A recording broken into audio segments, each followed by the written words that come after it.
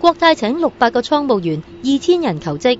經過1年凍結人手，國泰今年請600個空姐同空中少爺，薪酬維持舊水平，按1個月做70個鐘計，連津貼月薪1萬多啲。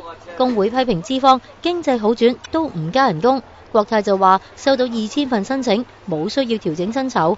另外，國泰航空同工會代表尋日原定喺勞工處協調之下談判㗎，但係管理層就話工會即將上任嘅總幹事唔係國泰員工，拒絕出席。雖然工會解釋新嘅總幹事只會列席，唔會發言，但國泰管理層就企硬，等咗6個鐘，會議最後都開唔成。工會指責資方係故意刁難。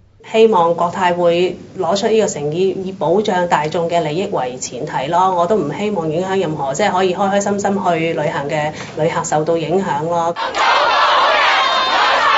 國泰早前限制時薪制員工調更，觸發員工不滿。雖然管理層已經收返新政策，但工會就要求資方將時薪制員工轉做月薪制，而且要確認工會嘅地位，否則會將抗爭行動升級。